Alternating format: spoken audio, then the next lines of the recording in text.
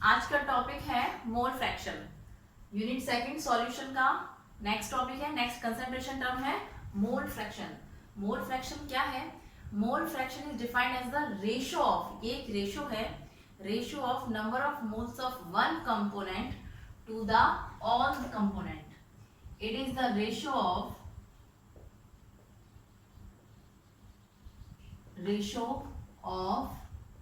number of moles of one component to the total number of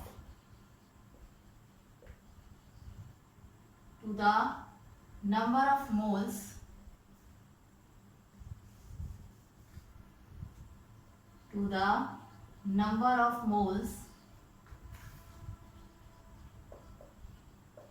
of all component।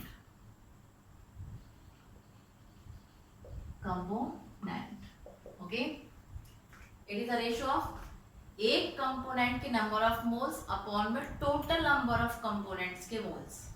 Clear? It is represented by x. किसे represent करते हैं हम इसको? X से represent करते हैं। एक्स से रिप्रेजेंट करेंगे, मान लीजिए हमने निकाला है मोल फ्रैक्शन ऑफ सॉल्वेंट। हमें किसका निकालना है?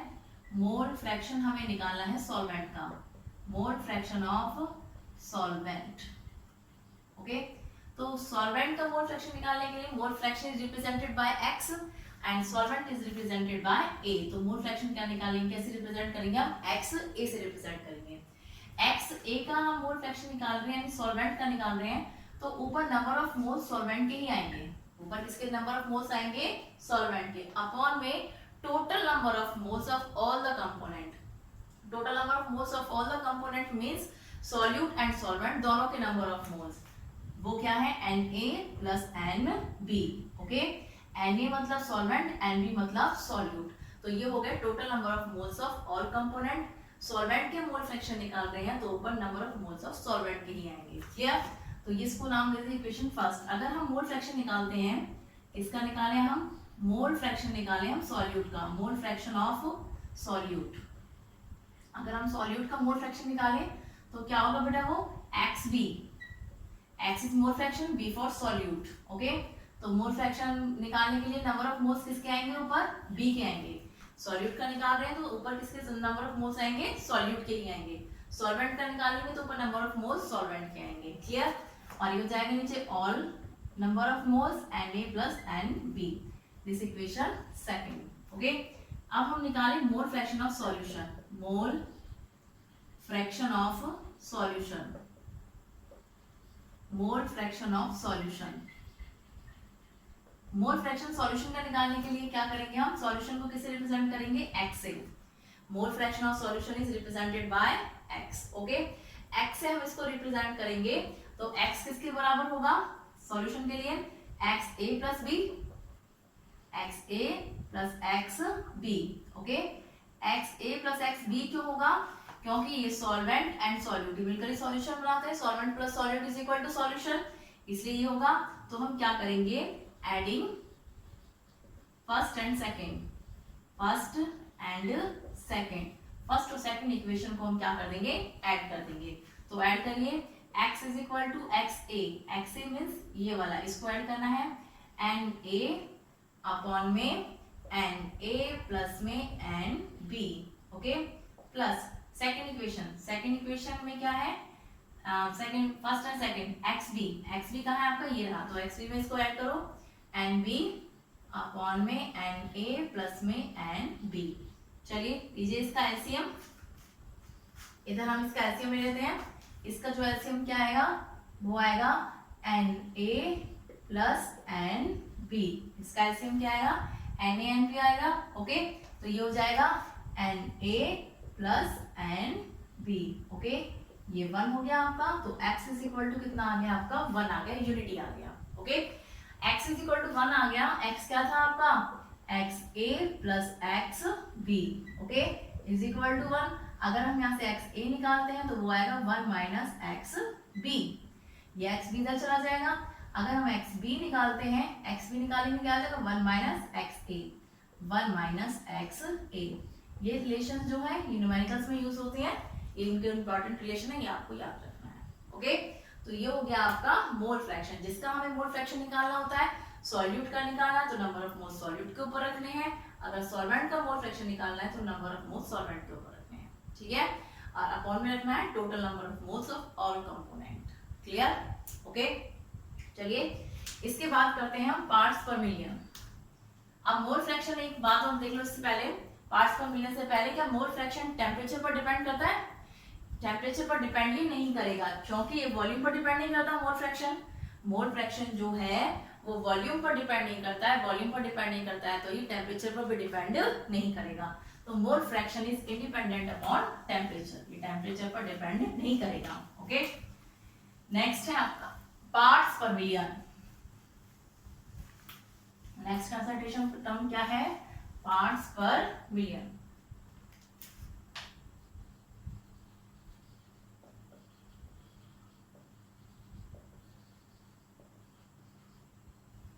शॉर्ट में बोलते हैं इसको पीपीएम। Okay, ppm. एक मिनट में कैमरा चेक कर दूं।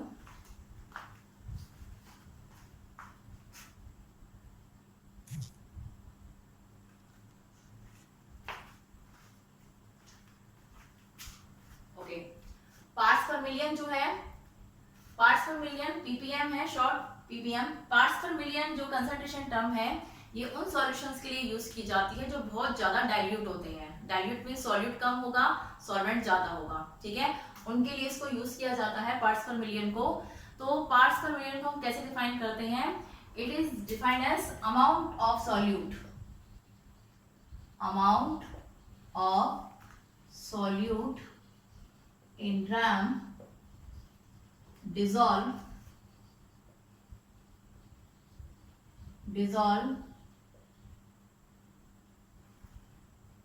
dissolve in 10 raised to power 6 parts of solution, parts of solution। Okay, 10 raised to power 6 parts of solution। ये जो 10 raised to power 6 पार्ट है इसको हम क्या बोलते हैं? मिलियन होता है ये। ओके, तो किसी भी सॉल्यूशन का 10 raised to power 6 पार्ट है, ज्यादा पार्ट है, इसमें कितना ग्राम सॉल्यूट डिसॉल्व है, कितना ग्राम सॉल्यूट इसमें डिसॉल्व है, उसको क्या बोलते हैं? उसका पार्ट्स पर मिलियन बोलते हैं। तो आपको पहले ही बता दिया गया है कि पार्ट्स पर मिलियन बहुत डाइल्यूट सॉल्यूशंस के लिए मेजर किया जाता है। तो पीपीएम क्या होगा आपका? पीपीएम इज इक्वल टू कितना होगा?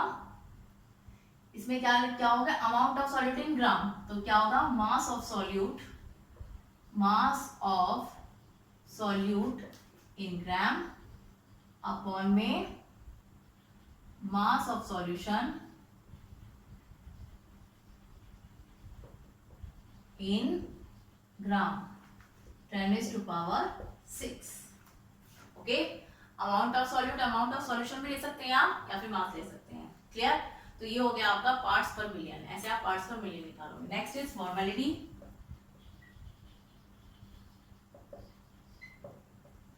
It is represented bye F.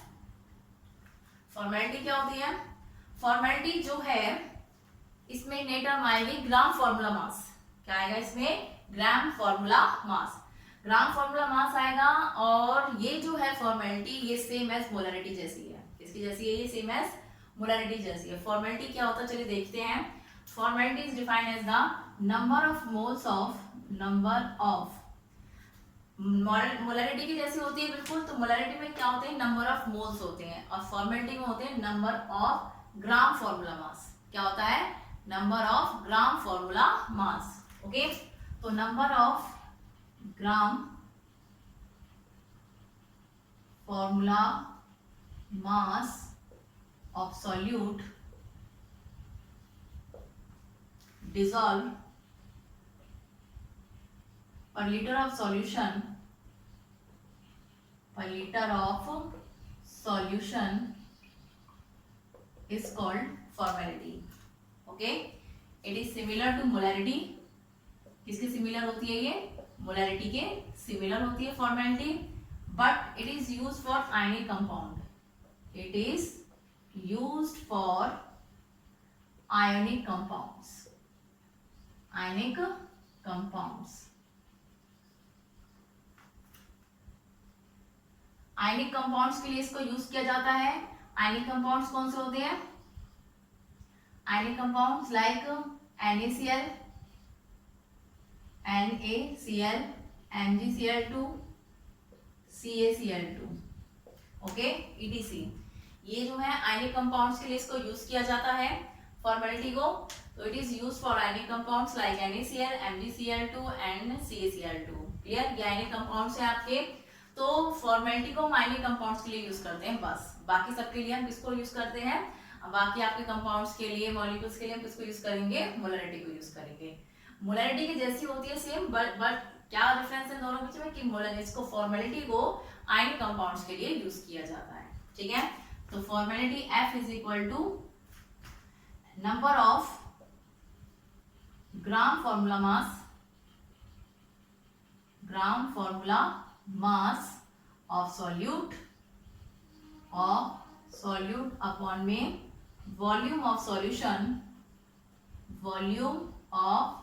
Solution in millilitre. Millilitre ले रहे हो तो यहाँ पर क्या लगा हो गया? 1000। ओके, ये वॉल्यूम है सॉल्यूशन का। अगर आप यहाँ लीटर लेते हो तो आप यहाँ पे 1000 यूज नहीं करेंगे। क्लियर? अब ये जो ग्राम फॉर्मूला मास है ये कैसे मेजर करना है हमको, अब ये देखते हैं। ठीक है, तो ये ग्राम फॉर्मूला मास कैसे निकालते हैं हम? ग्राम formula mass of solute. Gram formula mass of solute कैसे निकालोगे? वेट ऑफ सॉल्यूट अपॉन में formula mass of solute. Weight of solute upon में फॉर्मूला मास ऑफ सॉल्यूट। ये किसका फॉर्मूला है?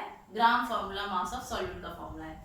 अब ये जो फॉर्मूला मास ऑफ सॉल्यूट होता है ये सेम एज मॉलिक्यूलर मास जैसा होता है। किसके जैसा होता है ये? मॉलिक्यूलर मास जैसे। मॉलिक्यूलर मास जैसे कैसे होता है? फॉर एग्जांपल के लिए देखिए, जैसे कोई भी आयनिक कंपाउंड है, मान लीजिए हमने ले लिया NaCl। क्या ले लिया? NaCl बेस्ट आयनिक कंपाउंड है। फॉर एग्जांपल के लिए NaCl ले लिया हमने। ठीक है, आप इसका मॉलिक्यूलर मास निकालिए, या फिर मैंने कहा इसका फॉर्मूला मास निकालिए। मैं क्या कहूँगी? इसका फॉर्मूला मास निकालिए। Sodium is 23 plus chlorine is 35.5, तो ये हो जाएगा इसका 58.5। 58.5 हो गया इसका फॉर्मूला मास। तो कोई भी जो मॉलिक्यूल होता है उसका, अगर जो मॉलिक्यूल होता है उसके मास नंबर्स को हम ऐड करते हैं तो उसको बोलते हैं मॉलिक्यूलर मास। क्या बोलते हैं उसको? Molecular mass. बट किसी भी आयनिक कंपाउंड में जब उसके मास नंबर्स को ऐड करते हैं तो उसको बोलते हैं हम फॉर्मूला मास। क्या बोलते हैं इसको? Formula mass. ठीक है, तो किसी भी आयनिक कंपाउंड के मास नंबर्स को अगर ऐड किया जाता है तो उसे उसका फॉर्मूला मास बोला जाता है। तो ये इसका क्या है? फॉर्मूला मास आ गया NaCl का 58.5। फॉर्मूला मास और मॉलिक्यूलर मास सेम है, बस मॉलिक्यूलर मास को आयनिक कंपाउंड्स के केस में फॉर्मूला मास बोला जाता है। क्लियर? तो आप ऐसे क्या करेंगे? ग्राम फॉर्मूला मास किसी का भी निकाल सकते हैं। क्लियर? चलिए, अगर आपको ये नंबर ऑफ ग्राम फॉर्मूला मास पता चल जाएगा इस फॉर्मूले से, तो वॉल्यूम ऑफ सॉल्यूशन करके आप क्या कर सकते हो? फॉर्मेलिटी मेजर कर सकते हो। ठीक है, ओके। चलिए, फॉर्मेलिटी के बाद अब हमारी जो कंसंट्रेशन टर्म्स हैं वो कंप्लीट हो गई हैं। कंसंट्रेशन टर्म्स कंप्लीट होने के बाद अब हम चलते हैं न्यूमेरिकल्स पर। Okay, numerical first based on molarity, molality, normality, सबका हम क्या करेंगे? आप न्यूमेरिकल करेंगे। ओके, न्यूमेरिकल फर्स्ट है आपका, फर्स्ट स्टेटमेंट है calculate the molality and mole fraction. Calculate the molality and mole fraction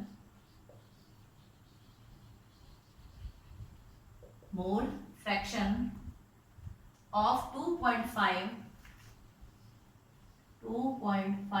gram of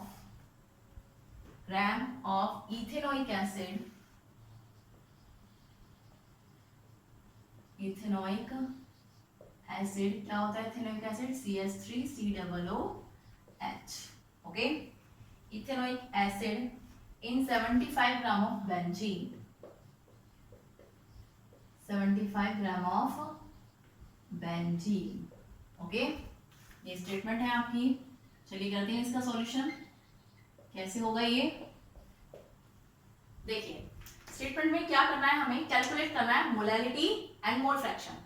molality और मोल फ्रैक्शन हमको कैलकुलेट करना है। गिवन क्या है हमें, 2.5 gram of ethanoic acid, that means ये क्या है आपका सॉल्यूट है, ये क्या है आपका solute, in 75 gram of benzene. 75 gram benzene में 2.5 gram of ethanoic acid dissolve है। हमें इसका मोलैलिटी और मोल फ्रैक्शन इसका हमें कैलकुलेट करना है। क्लियर।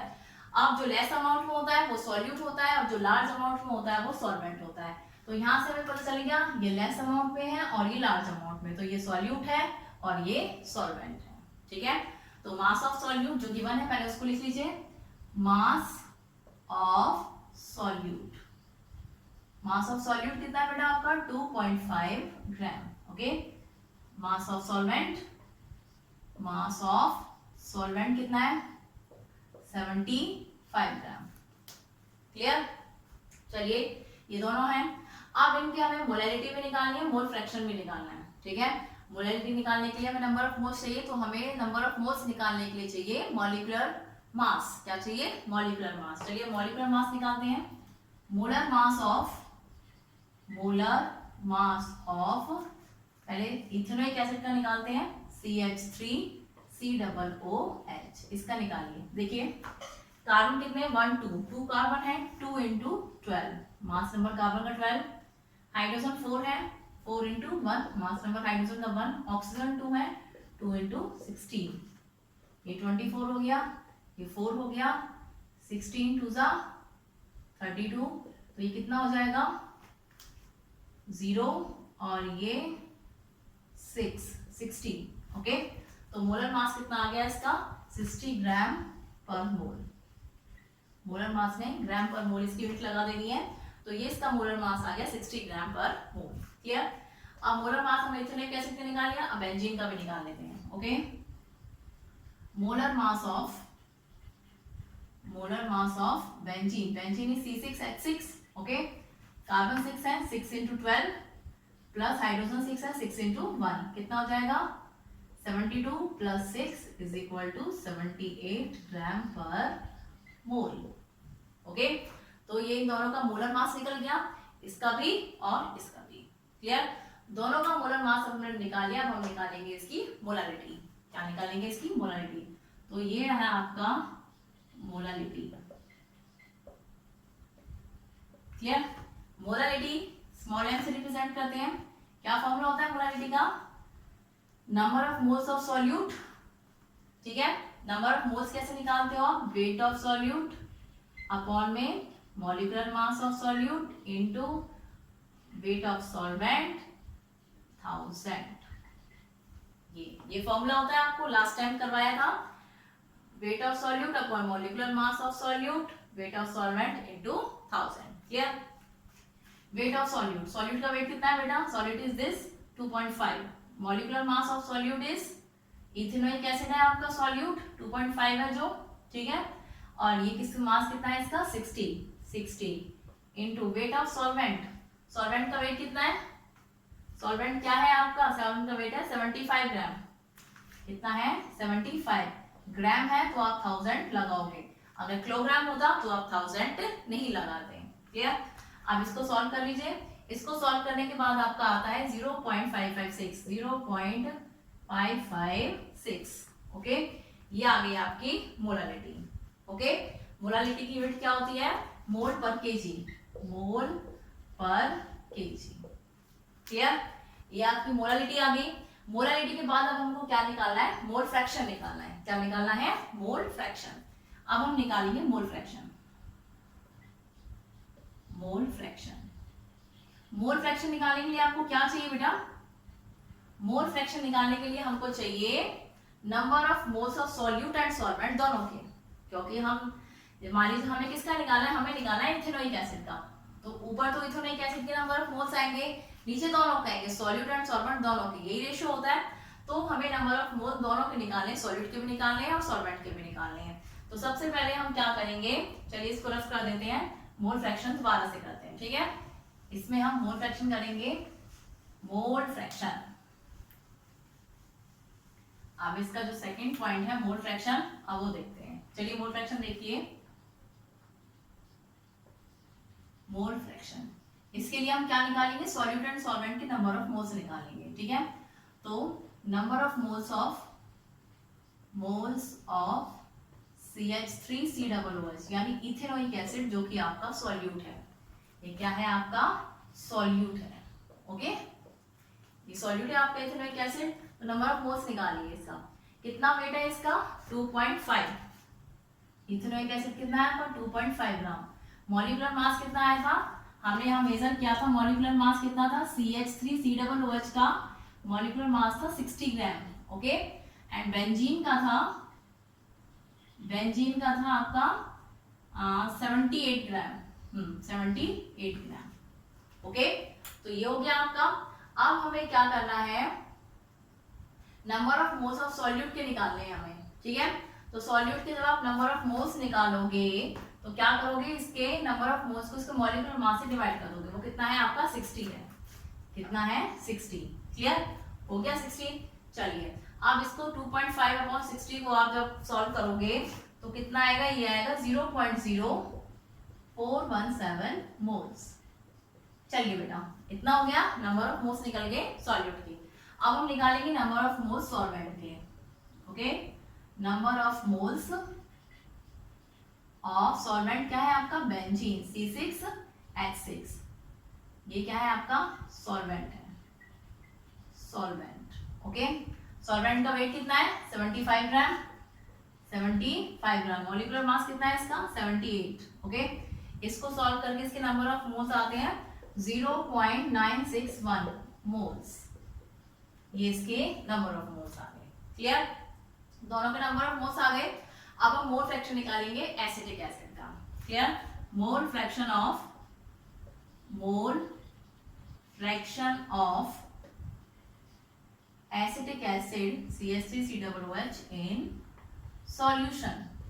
सॉल्यूशन में हमें क्या निकालना है, इसका मोल फ्रैक्शन निकालना है। तो मोल फ्रैक्शन निकालने के लिए क्या करोगे बेटा, कि जो आपका सॉल्यूट है यानी जो एसिटिक एसिड के नंबर ऑफ मोल्स हमको ऊपर रखोगे 0.0417 अपॉन में इन दोनों का number of moles 0.0417 solute plus में सॉल्वेंट 0.961, ओके। इसे सॉल्व कर लीजिए, इसे सॉल्व करके आता है 0.0416, ठीक है, कितना आएगा 0.0416, ये निकल गया आपका मोल फ्रैक्शन, ये क्या निकल गया आपका मोल फ्रैक्शन, और ये आपका आंसर है, ओके, ठीक है। इसको कैलकुलेट कर लीजिएगा, यही आएगा, आगे समझ में, क्योंकि ये जो है इन दोनों को ऐड करके अप्रोक्सीमेटली 1 के करीब आता है, ओके। तो 1 इसको से तो कितना आ जाएगा 0.0416 आएगा, क्लियर। तो ये आ गया आपका, ये एक न्यूमेरिकल हो गया। चलिए चलते हैं दूसरे न्यूमेरिकल की तरफ।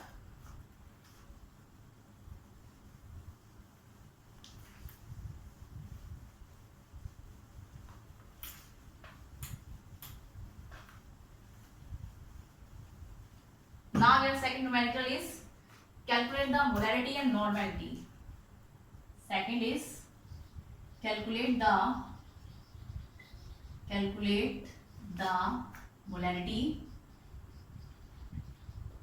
and normality.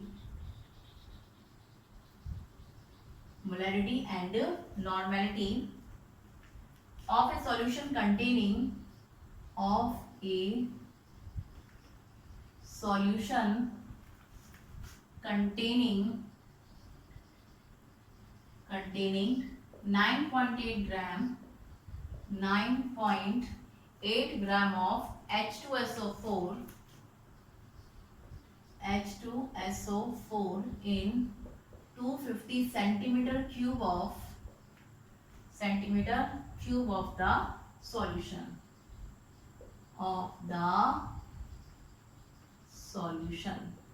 ओके। चलिए देखिए सॉल्यूशन, इसका सॉल्यूशन क्या है।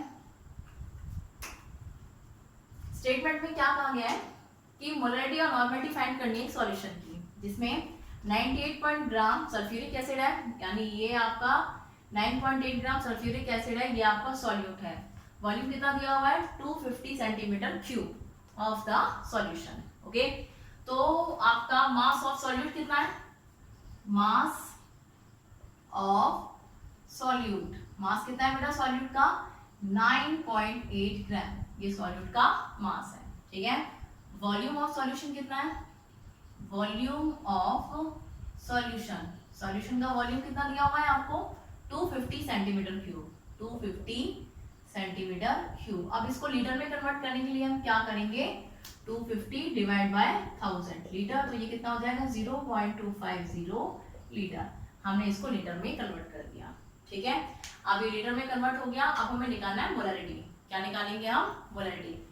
मोलैरिटी के लिए आपको सल्फ्यूरिक एसिड का मॉलिक्यूलर मास पता होना चाहिए, ठीक है। चलिए देखते हैं आगे मोलैरिटी, हम सबसे पहले निकालेंगे मोलैरिटी। ओके, मोलैरिटी का क्या फॉर्मूला होता है, कैपिटल एम से हम इसको रिप्रेजेंट करते हैं, कैसे निकालते हो, वेट ऑफ सॉल्यूट अपॉन में molecular mass of solute into volume and 1000 multiply 1000, यही होता है इसका फॉर्मूला। ओके, चलिए वेट ऑफ सॉल्यूट कितना है बेटा 9.8 ग्राम, 9.8। मॉलिक्यूलर मास कितना, सल्फ्यूरिक एसिड का मॉलिक्यूलर मास होता है 98। कैसे होता है 98, देखिए इधर H2SO4, 2 hydrogen 2 into 1 plus 1 sulphur 32 plus 4 oxygen 16, okay 2 plus 32 plus 64 कितना हो जाएगा, काउंट करके देखिए 4 8 एंड 3 6 9, ये हो गया आपका 98। तो इसका मॉलिक्यूलर मास कहां से ऐसे निकालेंगे, इसका कितना आएगा 98, इसका मॉलिक्यूलर मास आ गया इनटू वॉल्यूम। वॉल्यूम कितना है बेटा आपका 0.250, ये वॉल्यूम लीटर में है, किसमें है ये लीटर में। अगर ये मिलीलीटर में होता तो हम इसको 1000 से मल्टीप्लाई करते, अगर ये किसमें होता मिलीलीटर में होता तो आप 1000 से मल्टीप्लाई करते, अगर ये लीटर में है तो आपको 1000 से मल्टीप्लाई करने की जरूरत नहीं है। ओके, ये ऐसे ही है। अब आप इसको क्या करोगे, सॉल्व करोगे, और इसको सॉल्व करने के बाद आएगा 0.4 मोल पर लीटर। ओके, मोल पर लीटर इसका यूनिट है, या फिर आप ऐसे लिख सकते हो, कैसे लिख सकते हो 0.4 कैपिटल एम मोलैरिटी, ठीक है। चलिए अब आपका मोलैरिटी निकल गया, यहाँ से मोलैरिटी निकल गया, आपको क्या निकालना है, नॉर्मैलिटी निकालना है। क्या निकालना है, नॉर्मैलिटी। नॉर्मैलिटी और मोलैरिटी मैंने एक रिलेशन बताया था आपको कि normality is equal to molarity into acidity और बेसिसिटी, बताया था रिलेशन। ओके, लास्ट वीडियो में हमने डिस्कस किया था कि एसिडिटी और बेसिसिटी, इनमें से कोई एक एसिड है तो उसकी बेसिसिटी होगी, बेस है तो उसकी एसिडिटी होगी। क्लियर, वही रिलेशन हम यहाँ पर लगाएंगे। कौन सा रिलेशन लगाएंगे, ये रिलेशन लगाएंगे। तो नॉर्मैलिटी निकालने के लिए N is equal to molarity कितना है आपका 0.4, एसिड है आपका, एसिड है तो आपकी क्या होगी, बेसिसिटी होगी। सल्फ्यूरिक एसिड है ये H2SO4, इसकी बेसिसिटी कितनी है 2 हाइड्रोजन है तो 2, और ये हो जाएगा आपका 0.8 N इज नॉर्मैलिटी, ठीक है। तो इसकी नॉर्मैलिटी कितनी हो जाएगी 0.8 N हो जाएगी। क्लियर, तो ये हो गया आपकी नॉर्मैलिटी कि मोलैरिटी और नॉर्मैलिटी हम कैसे फाइंड करेंगे। आपको पूरी कैलकुलेशन करने की जरूरत नहीं है, नॉर्मैलिटी का फॉर्मूला लगाओगे, सारी कैलकुलेशन करोगे, सिर्फ डायरेक्टली अगर आपको मोलैरिटी बताया तो आप नॉर्मैलिटी इस रिलेशन से निकाल सकते हैं। ओके, चलिए अब बढ़ते हैं अपनी आगे नेक्स्ट प्रॉब्लम की तरफ, नेक्स्ट न्यूमेरिकल की तरफ।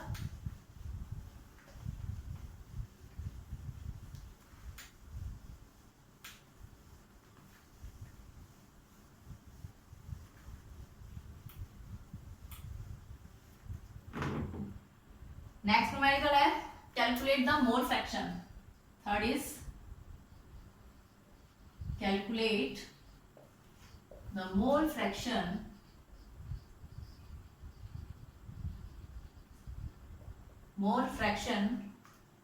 of ethylene glycol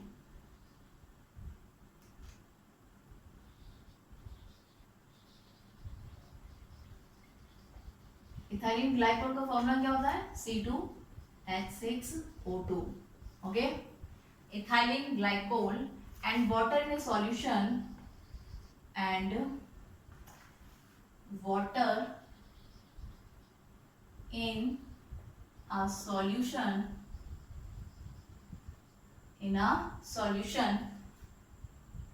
containing 20% of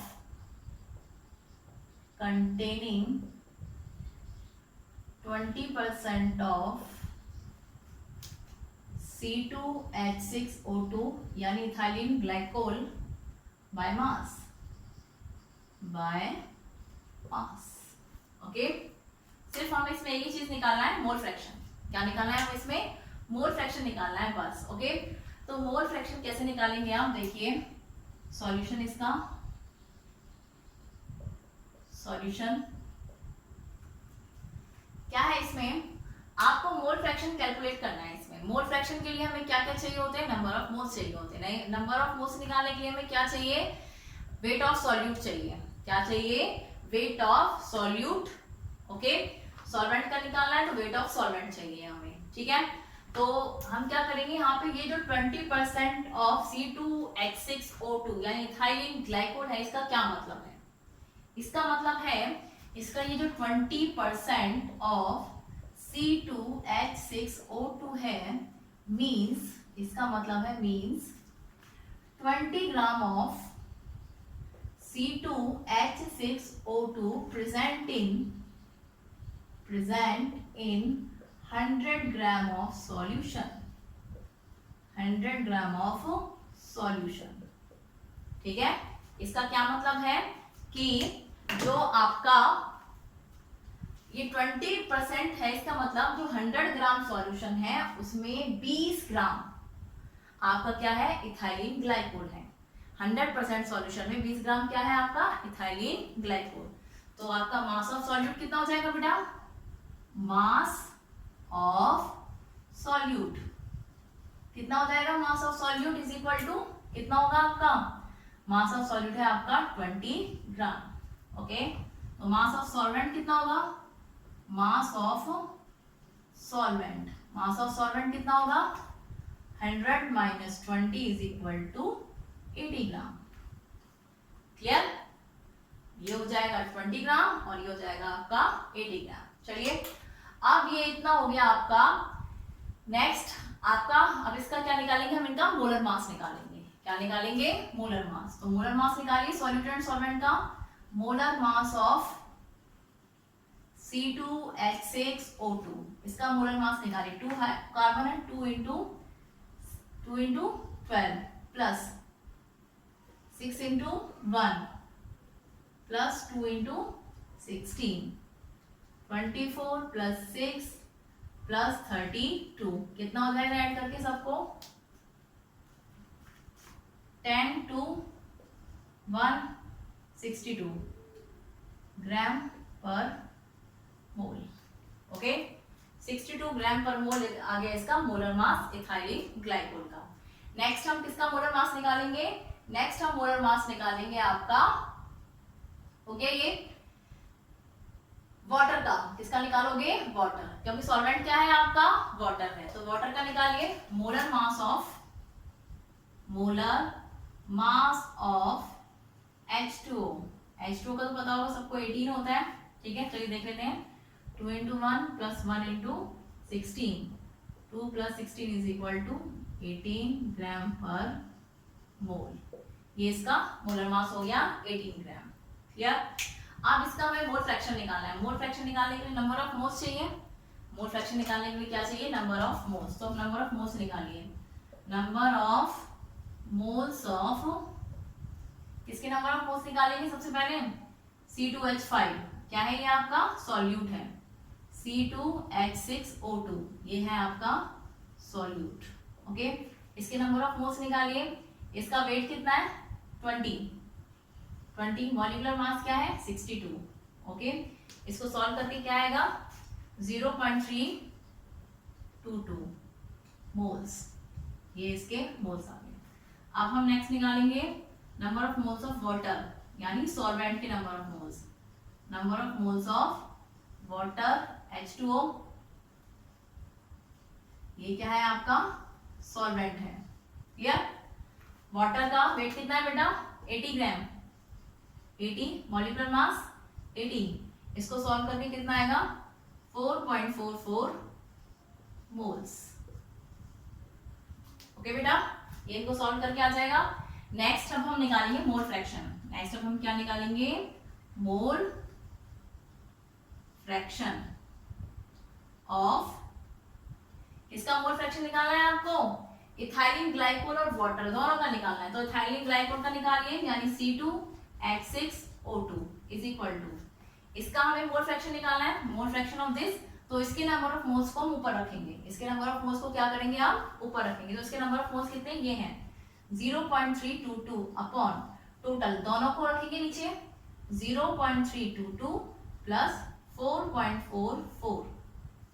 okay, तो इसको सॉल्व करके आएगा बेटा 0.068, ये आ गया इसको सॉल्व करके।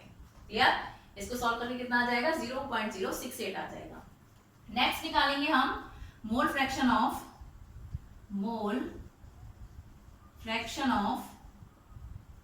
H2O। ओके, किसका निकालेंगे आप H2O का। H2O का मोल फ्रैक्शन निकालने के लिए हम क्या करेंगे 1 माइनस 0.068, और इसमें से इसको माइनस करेंगे तो कितना आ जाएगा, इसको इसमें से माइनस करके 0.932 आ जाएगा। ओके, तो एक मोल फ्रैक्शन आपका ये आ गया और एक मोल फ्रैक्शन आपका ये आ गया।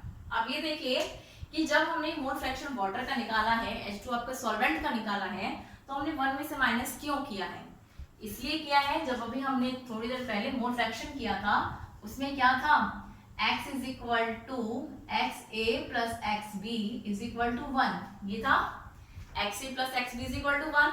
अगर हम यहाँ से XA निकालते हैं तो क्या आएगा, वो 1 माइनस XB आएगा। ओके, XB इधर चला जाएगा। अगर XB निकालते हैं तो क्या आएगा, वो 1 माइनस XA आ जाएगा।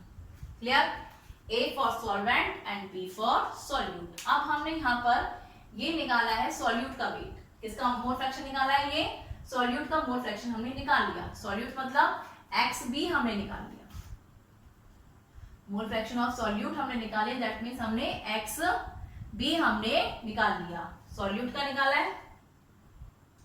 अब हमें मोल फ्रैक्शन निकालना है सॉल्वेंट का, यानी हमें क्या निकालना है XA निकालना है। क्या निकालना है हमको XA निकालना है, तो वो क्या होगा 1 माइनस XB। तो हमने क्या किया 1 माइनस XB, क्योंकि XB हम निकाल चुके हैं, ये क्या है आपका XB है ये आपका। ओके, XB हम निकाल चुके हैं, उसको 1 में से माइनस कर दो तो आपका क्या आ जाएगा XA आ जाएगा, यानी सॉल्वेंट का मोल फ्रैक्शन आ जाएगा। क्लियर, तो ये है आपका मोल फ्रैक्शन से रिलेटेड न्यूमेरिकल। ओके, आगे समझ में